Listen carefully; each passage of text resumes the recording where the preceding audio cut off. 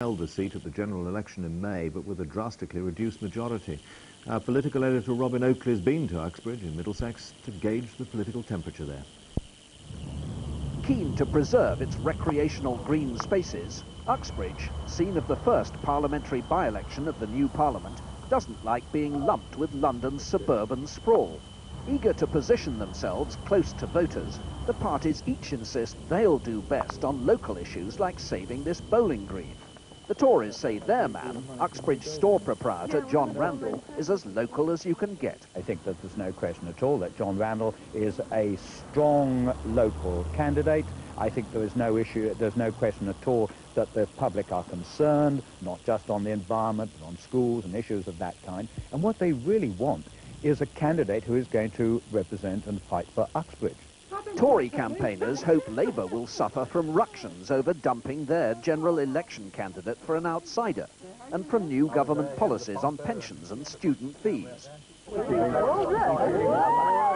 With glamorous visitors from EastEnders star Ross Kemp to Tony Blair, Labour have been content for their candidate, lawyer Andy Slaughter, to be occasionally upstaged.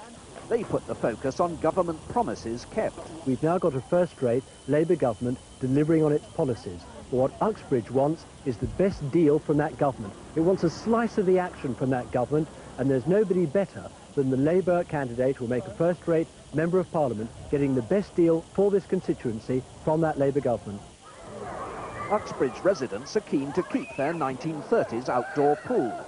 All the parties are claiming strong green credentials, often a good pitch for the Liberal Democrats. But here, a major concern for their candidate, manager Keith Kerr, is preserving definition after Lib Dem Labour cooperation moves. If you elect a Liberal Democrat, you elect somebody of independent voice with a clear message that, yes, will agree with the government on the things it is doing that are good, like an Assembly for London, but is prepared to give them a very, very hard time indeed about where they're making a mistake. Uxbridge, home to a historic RAF station, would fall to Labour on current opinion poll trends. But it bucked the general election landslide, and party workers say it's too close to call. If the operations in this Battle of Britain war room at RAF Uxbridge had failed, the course of world history would have been changed. There's a great deal less at stake in the by-election, but if Labour win, it'll be the first time a government has captured a seat from the main opposition party at a by-election for over 15 years. If the Tories hold on, it'll be the first time they've successfully defended a by-election seat since 1989. Robin Oakley, BBC News, Uxbridge. 11 candidates are contesting the Uxbridge by-election.